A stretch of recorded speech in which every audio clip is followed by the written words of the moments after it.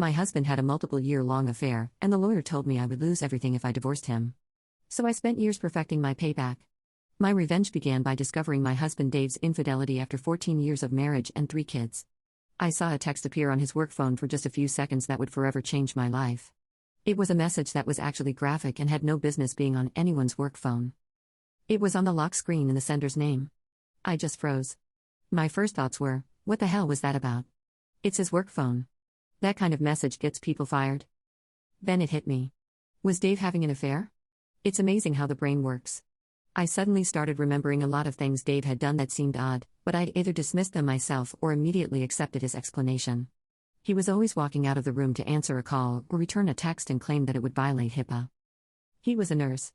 If I overheard him talking about a patient, I accepted this because education has similar privacy laws regarding students. I'm a district school admin. He would sometimes come home with a faint smell of perfume on his clothes and claimed it was from helping to move female patients. Again, I accepted this at face value, but it always struck me as odd how it seemed to have the same scent of perfume. Once the proverbial barn door was open, I started seeing a lot of things that I'd missed before. Our love life in the bedroom had cooled off considerably, which wasn't helped by him having to leave the house at odd hours to fill in for other nurses that called in sick. I also recalled where I'd seen the name Paula before, and a call to the hospital confirmed she was a doctor there. For the next week or so, I was walking around in daze trying to put all of the pieces together. One of our kids had left a book in Dave's car, so it was an excuse to visit the hospital. My kid went up to get Dave's car key. I talked to a nurse in the lobby and joked about how work phones seem like a blessing, but all they do is put you on call 24 hours a day. This led to her eventually telling me that the hospital was too cheap to give cell phones to nurses, so only high-level executives got them, which didn't include Dave. With pretty much everything confirmed, I took some personal time off the next day to talk to a divorce lawyer. The news she gave me was horrible. We lived in a community property state with no-fault divorce. I made more money than Dave.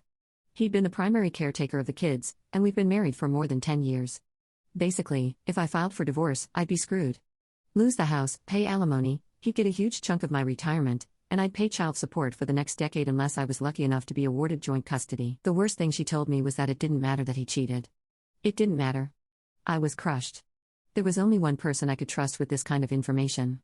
She was a fellow teacher that had also made the jump to administration, but was stuck at a school site. Let's call him Andy. Andy had been married at 19, but his marriage was annulled when his wife got pregnant from another man.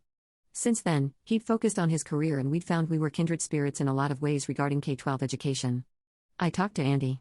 He said something to me that changed my whole mindset. If you don't like the hand you're dealt, change the deck. I realized I had 2 problems. I made more money than Dave, and he had more time than me to be the primary caretaker of the kids. The second issue was actually kind of easy. At every district office, there are jobs that are fast tracks to higher positions, and there are jobs that administrators suffer through. One of these dead-end regulatory positions was open again. I sat down with our district superintendent and asked about being transferred to that position. At first, he was shocked, but I told him that it was my time to take one for the team and it would fill a hole in my admin experience. He agreed. It was really just crunching numbers with no personnel or student interaction, so I could set my schedule, even take a laptop home and work there. With my new free time, I began taking the kids to school, picking them up from school, and taking them home. I'd help them with their homework, make dinner. Goal was to become their primary caretaker. I can't explain how much I really enjoyed taking a more active role in their day-to-day lives.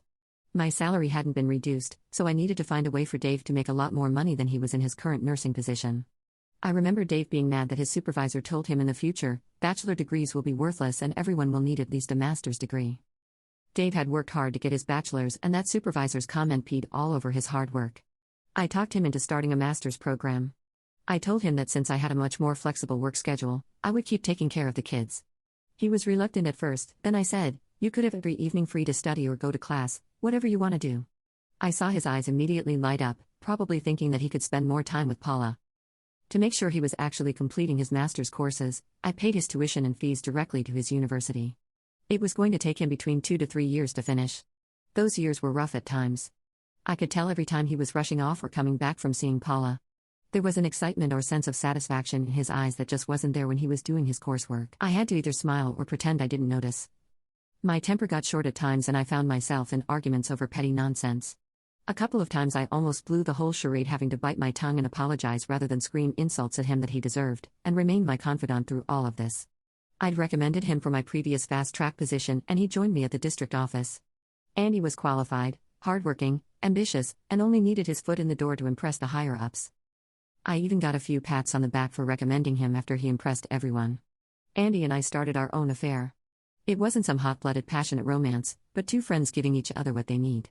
Without Andy, I wouldn't have been able to maintain the charade of being the oblivious cuckold. But when Dave would come home smiling after spending time with Paula, I was able to bear it, smiling back because I had my own lover. After 3.5 years, Dave completed his master's and was promoted at his hospital. His salary went up substantially and was now higher than mine. When the kids and I made him a congratulations dinner, I made a joke about him being the breadwinner for the family. With these new facts, he drafted the petition and filed it. When the kids were with my mother, I had Dave served.